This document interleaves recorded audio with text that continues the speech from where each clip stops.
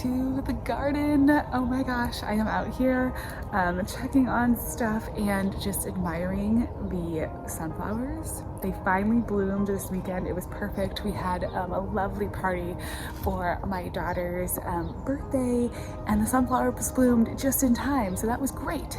The garden was looking sort of like peak summer blooms with all of those sunflowers blooming in there in the middle. It was absolutely beautiful, and they are so stunning. So the little container, the Sunfinities in the little container haven't bloomed yet, but the ones in this big pot are blooming. Of course, we've got the bishop's flower looking gorgeous, and the milk thistle and everything. And yeah, I mean, these sunflowers are just, got another one about to open today. They are so stunning. I have seen so many bees on them, which has been really great. So we're getting like a lot of honeybees now and bumblebees. And then look at the size of this amaranth.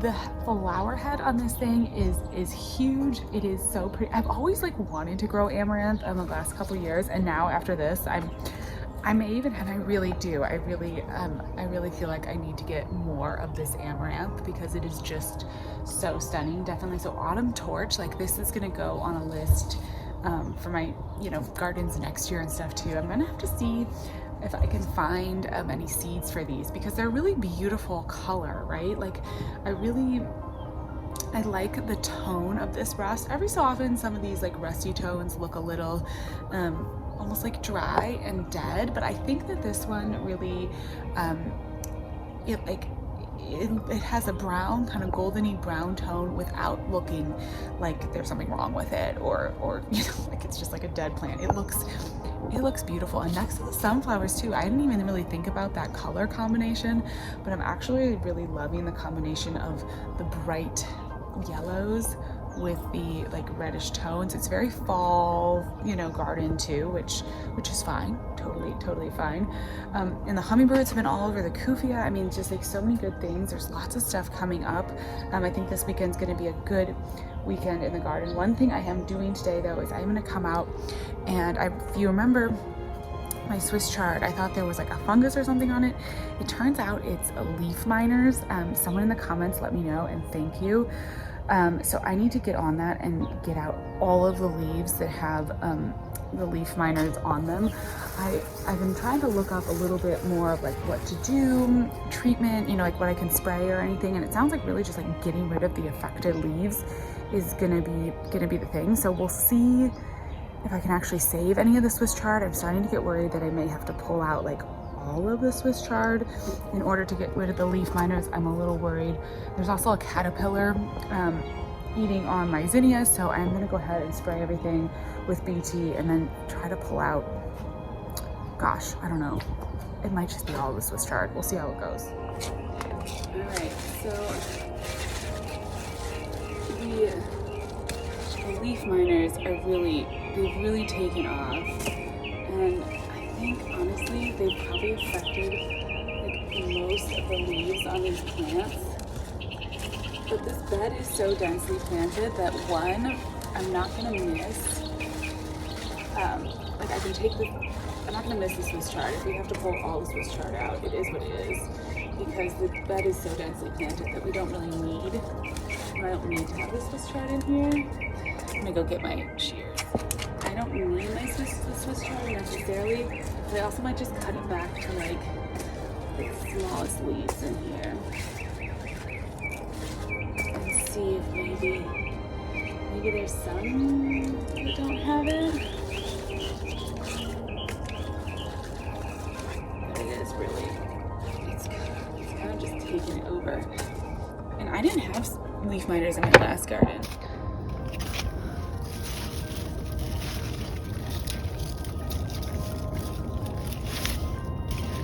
So this is an all new pest for me. I think whenever you go to a new growing zone, you end up with new things to deal with. Here we go. I'll take out this leaf so we get a little bit of sun.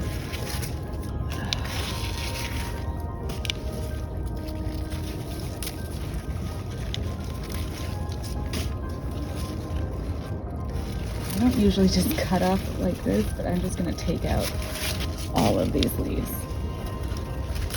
I don't want this on anything else in here.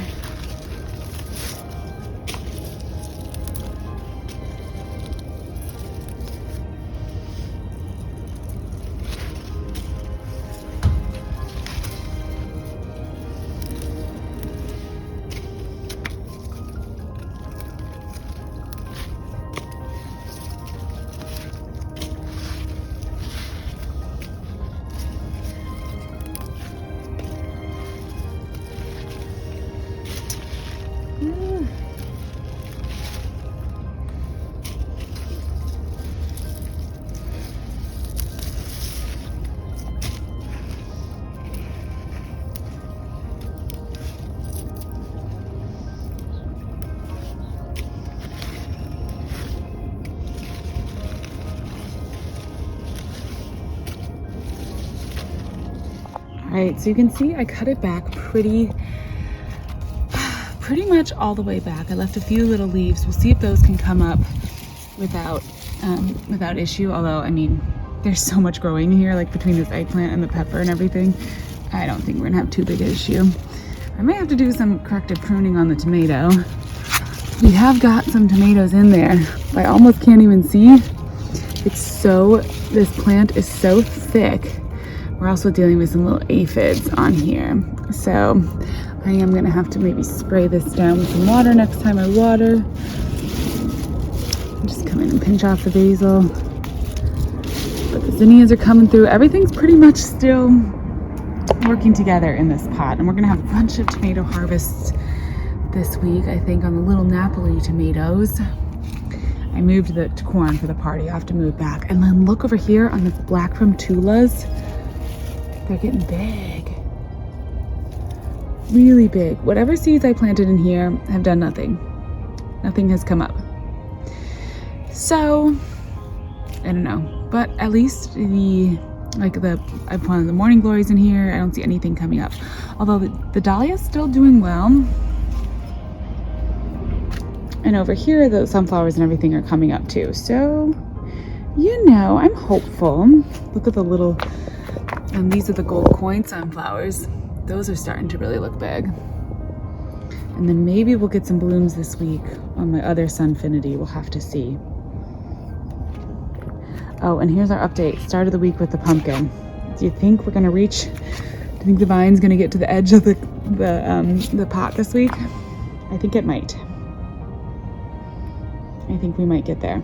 So I'm gonna have to come out this evening and do quite a bit of deadheading because with the party this weekend, I didn't get out here as much. Usually I come out and try to deadhead like every evening just so I stay on top of it. I find that if I just get out a bunch and like I'm always kind of deadheading, then it never turns into too big of a chore. You know, it's always like the little bits and pieces. But on the weeks where like a weekend, this past weekend where we had the party and everything, you know, the garden, it just, obviously you just don't have time to do as much like deadheading and all of that, and it sort of falls to the side. So then, you know, we're gonna be playing catch up a little bit as far as the deadheading goes, but and kind of like some of those chores, but I think it'll be okay. We'll just get out here tonight, and we'll do a big round of cleanup, and then hopefully I'm waiting on a couple containers that I ordered because I obviously have that stash over there of the calabacillas and the dahlia, and hopefully my containers will come in, my new containers will come in, and then we can do some more planting. I may even, oh my goodness, the birds are so loud out here. I may even go ahead and grab a few more plants at the garden center. We'll see. We'll just see what happens. But I'm going to go dispose of all of the leaf liner clippings because we don't want to keep those around. We don't want any of that to spread. We want all of that to be out of the garden. All right, that's what I'm doing.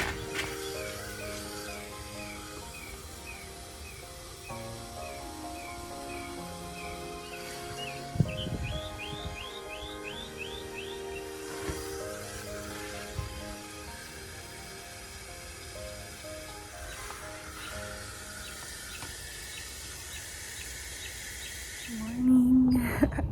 I am back out here this morning kind of trying to keep an eye on how everything is doing. I have so much fruit setting in the garden right now. Lots of things flowering, and then just a lot of the different like tomatoes and peppers are starting to put on their first fruits. So still not at any kind of a real harvest yet, although, you know, we've gotten a few tomatoes, but I think we're getting closer anyways to those big harvests. It's interesting, of course, like the first year gardening in a new zone. I have no idea if I am ahead of schedule, behind schedule. It feels like, since it's such a warm growing zone, that I should be already harvesting things like tomatoes, but just not quite yet. So let me show you though where some things are at, and I have a very exciting mystery tomato find. So let me show you that. So over in this bed, if you remember, I had all those seedlings that kind of, I don't know, weren't doing well, and so they got all mixed up. I ended up popping just one of the tomatoes over here in this corner. I wasn't really sure what it was going to do. And this, I am so excited that one of these seedlings made it. This is one of the spoon tomatoes. So you can kind of see on here, there's actually some fruit yellowing down there. But these are those itty bitty little spoon tomatoes that create the really tiny little tomato fruits. Now the plant isn't looking super healthy. I'm gonna go ahead and fertilize it a little bit and hopefully get it, like, there's a few little pests and stuff. I kind of need to spray down the plant, but I think once it reaches the top of the raised bed here, it's gonna really take off quite a bit more and be a lot happier. This half-filled raised bed, as I've said a few times now, it just doesn't work.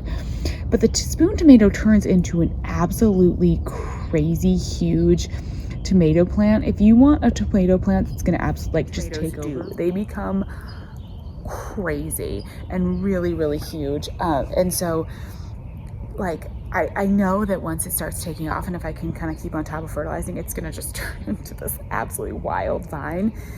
Spoon tomatoes are fun. They're not the easiest to harvest. I mean, they're really small, but for children, they're really great. So if you have a kiddo that likes harvesting in the garden, or who wants to be out in the garden with you, the spoon tomato is nice because the fruit is so small that it really ripens quickly. So there's kind of, once it gets going into the season, there's always something, there's always fruit ripening. So that's kind of nice, because it just, if you want to be run out in the morning and always have a couple of tomatoes, you can. My daughter, she was 3 last year, and she just loved it.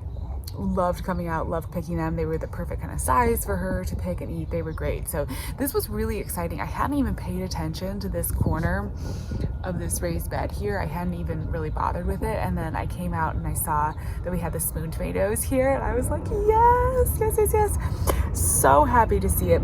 This next to the spoon tomato, I've got this milk thistle, which I think is kind of the cause of all these, whatever this little white bugs are that are all over everything. And I've never grown milk thistle before, so I think it was one of those where it blooms and then it's done. It's so spiky, and I'm trying to see if it's gonna put off more bloom stalks, or if we're just done with it for the season. It may just be past its prime, so I may need to pull that out, which would create some more room for this this spoon tomato to grow, which would probably be good. It's setting a ton of fruit already, and as I said, I think everything, once it gets past the lip of the raised bed, it tends to do better. So hopefully. Inside this raised bed though, also I have some of the tumbler tomatoes. Tumbler tomatoes are setting a ton of fruit in here. I'm really excited. I've tried to grow these in containers actually a couple times, and they didn't do super well.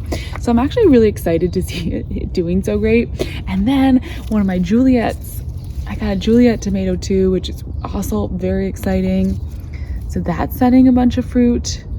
I think all these mystery tomatoes here, this is I think the pear-shaped. Sorry, let me get the camera on this better.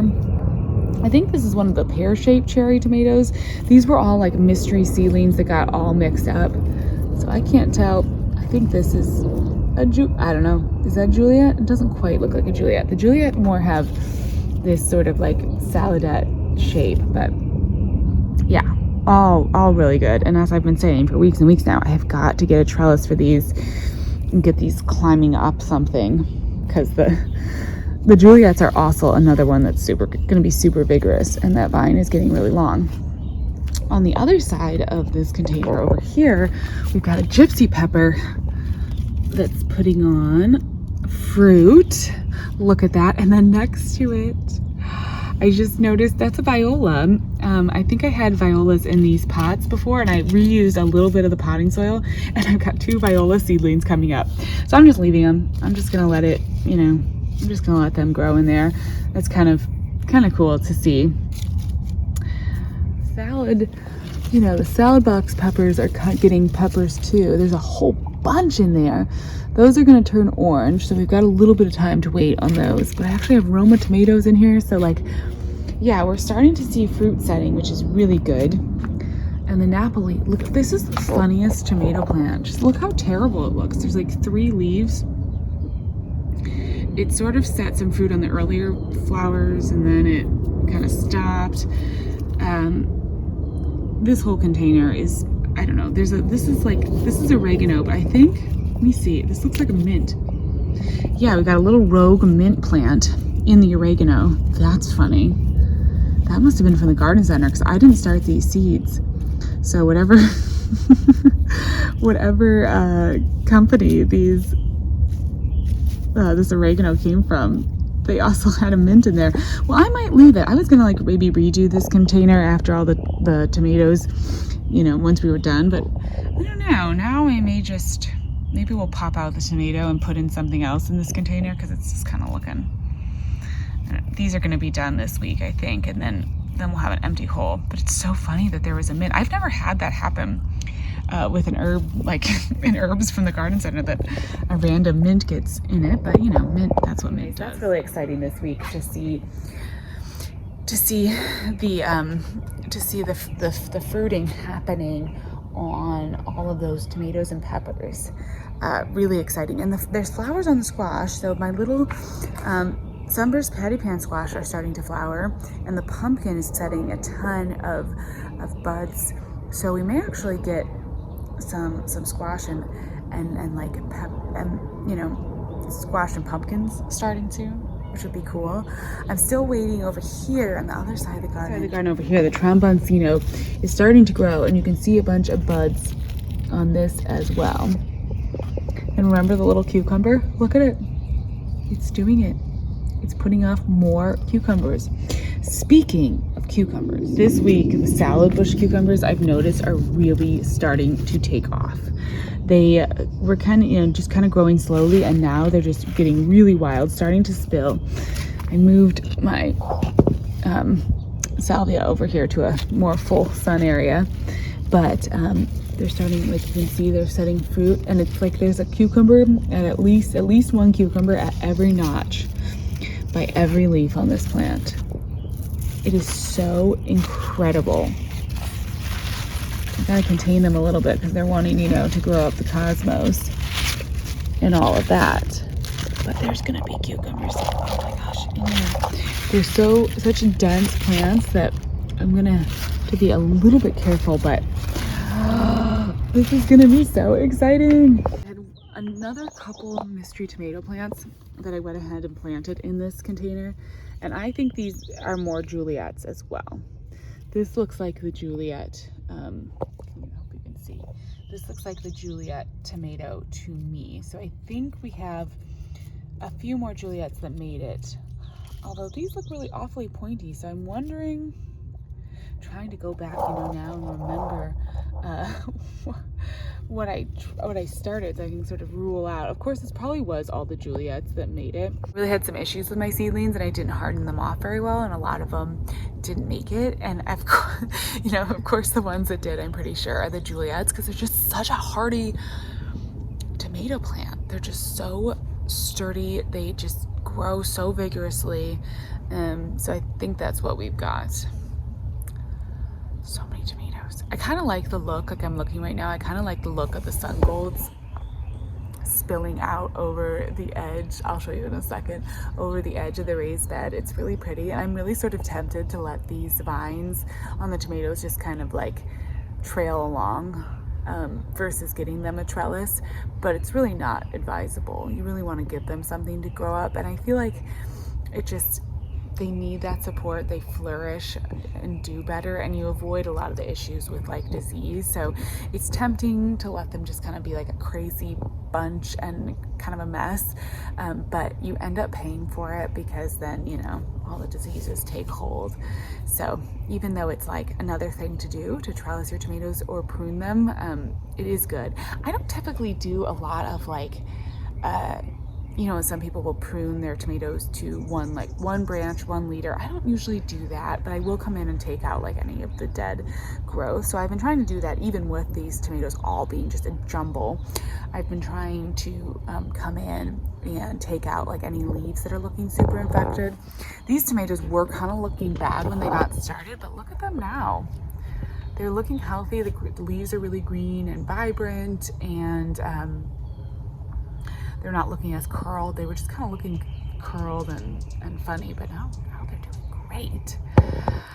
Anyways, that is today in the garden. It is Tuesday, so I will be back out later in the evening to do some fertilizing, and we'll see if anything else has changed then. I just wanted to highlight one more thing before I go inside. This bishop's flower is absolutely stunning right now. It is in its prime. I love the look of this. It's definitely got that full like Queen Anne's lace look. It's a new plant for me this year, but I think it's going to be one that I kind of add to my, you know, must grow list, because just look at the effect of that. It's white flowers aren't always my favorite, but this is really, really pretty, and I think it's the light airiness of it that I really love the effect it has in the garden. It's a beautiful background. And when you look at it like through the sunflowers and everything, it just sets everything off. Good morning. All right. I am going to finish off this week with some planting. So I've had these little annuals over here. I've had the dahlia, which is looking super beautiful, and some calibrachoas and a petunia kind of over here sitting on the side of the garden as a plant stash for a little bit over a week now. So I think I am going to at least pot up the dahlia because it's starting to get really dry in its container. I have a feeling it's pretty root bound. So let me show you a closer look on it. It's looking beautiful. It's covered in buds and it's starting to really bloom, but I want to make sure that it stays healthy because I feel like if I let it go too long in this little pot, that it's gonna end up just getting root bound and being super unhappy. I was gonna try to wait until I have some containers coming in the mail. I was thinking they were gonna come sooner, and I was gonna try to wait and put it in one of those new containers, but I think it's just, you know, the shipping is taking longer than I expected. So we're gonna put this guy in a pot with, I'm trying to decide now if I wanna do just one of the petunias, both of the calibrachoas. I'm thinking I might save the calibrachoas for a different. This is the gorgeous, isn't that pretty? I know I've shown it to you a few times. I think it's gonna look really good with the black petunia over here. So this is this really pretty slingshot black magic, and it's, you know, it's pulling a little fall, maybe a little bit Halloween, but I just think it's so pretty. So we could pair it with the pink calibrachoa, which would give it a little bit of a different look. This is really beautiful. This is the Pink Kiss. Really, really pretty, but maybe not quite the perfect tone. And then we also have the like a orange calibrachoa, which may be more the way to go. I need to probably spray these. I think we're just dealing with some budworm here, but this is like more of the kind of orangey tones. Maybe we'll do this, and this will be a really great container that will just keep going all the way until fall, and will of course look better and better as the season gets going. I think we're gonna have a really great sort of late summer display in this garden. Speaking of just so much growth going on this week, look at the gold coin sunflowers in this container. The germination in this pot didn't go so well, though we got one, but this pot is doing beautifully, and we've got 3 of these that are just looking absolutely stunning. So I'm gonna head over and try to find a pot that will fit these 3. And while I do, I wanna show you a couple more sunflowers because this is gonna be some serious growth now. Look at, these are the mammoth sunflowers I planted from seed over here, and they're just shooting up. I noticed in the last like week or so, well, yeah, this last week, they've all of a sudden started to take on that real growth. You know, the seedlings kind of sit for a minute, and then they just start, like with something like a sunflower, they just, once they start like really taking off, then they're off to the races. So it's gonna be interesting to see how long it takes those to get like, you know, start getting tall, because the mammoth sunflowers are gonna get huge. Okay, before we plant the dahlia, the last thing, I planted some melons over here, which of course now, see, this is why I need to get better about labeling things, because I can't remember what the variety was. I thought for sure they weren't going to germinate, but they ended up coming up. We've got melons, and I'm hopeful that maybe we'll actually have some melons in this garden. Wouldn't that be amazing? Oh my gosh. And okay, we're gonna walk all the way down. I'll try not to make, I know when I move the camera around too much, like at least for me, that always makes me so nauseous, so I'm trying to be really careful. The basil's getting big. Oh gosh. And the nasturtiums came up next to the coleus here, so this is really, you can see this ended up being a good match, although the coleus is getting a little bit too much sun. I gotta move this. I think I'm gonna move it maybe right here, see if I can't get it a little bit more shade, because you can tell it's getting too much sun. It's like bleaching out really badly, but the Alaska nasturtiums and the dwarf jewel mix nasturtiums are coming up, and the seedlings are doing fine. You see, they're gonna grow right out the side, and no problem with this full-size plant being here. And then the tromboncino squash is starting also to do like a real, you know, some real growth and really put on true leaves and take off. So exciting.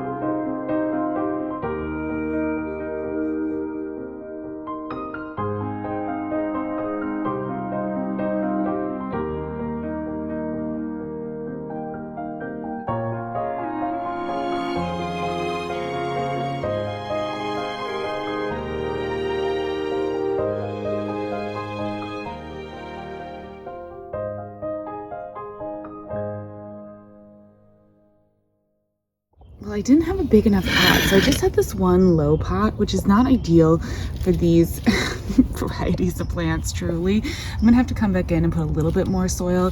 You can, if you have a low pot like this, you can sort of mound the soil up a little bit to give yourself a little more growing space.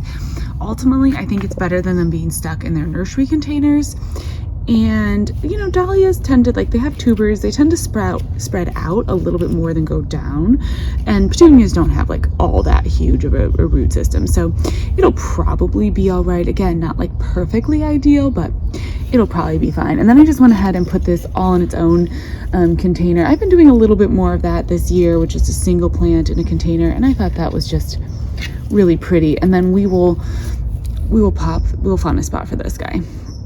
I need to probably go to the garden center and grab a few more flowers in the next couple weeks, but it looks pretty healthy. It's a little bit smaller as far as, you know, all its foliage and everything. So maybe we can just keep fertilizing it and keep it going for a couple weeks longer or a week longer until I get something else to plant it with. But this is still pretty. It's kind of a little different, but kind of fun. And I just love the black flowers. They're so interesting, and they just add a little bit of a different look, kind of make your eye pause. So those will be pretty. Now I'll just have to figure out where in the garden I want them to go. This week has been such an incredible week for growth as far as the containers go. The pumpkin did make it. It made it over the edge, so it hasn't spilled over the side yet, but it has grown up now. You can see the top of the vine is above the edge of the container, and the corn is just looking gorgeous. This is why, like, even if you don't get any ears of corn, you've got to grow corn in containers, because how pretty is that? It's just fun. It's just such a fun plant. So beautiful. I've got a few more containers with the corn kind of all over the garden, because I just think it adds so much. It's so beautiful, and it just really, I don't know, it creates such a fun texture and interest. There is a really cool corn called japonica, which has a lot of variegation and like reds and different color tones. I think I may order some of that for next year, because when you do like corn containers like this, it's fun when they have, you know, the color like already in the leaves. And the what was it, purple Martian or something, I grew last year that had like purple leaved corn. That was cool too. Okay, I just feel like there's updates after updates. This week is just the week of just growth. Everything is taking off. I think I showed you the black pincushion flower. They're about to bloom, not quite blooming yet, but I just wanted to check and see if they're blooming. I could show you that. Okay, I think, what a good week in the garden. Definitely some tomato harvests next week, and I also think we're due for like a refresh of where all the containers are located, so that might have to happen here before the new containers arrive. But anyways, thank you so much for spending another beautiful week out here in the garden, and stay tuned. Next week we'll see what's growing. As always, thanks so much. Talk to you later. Bye.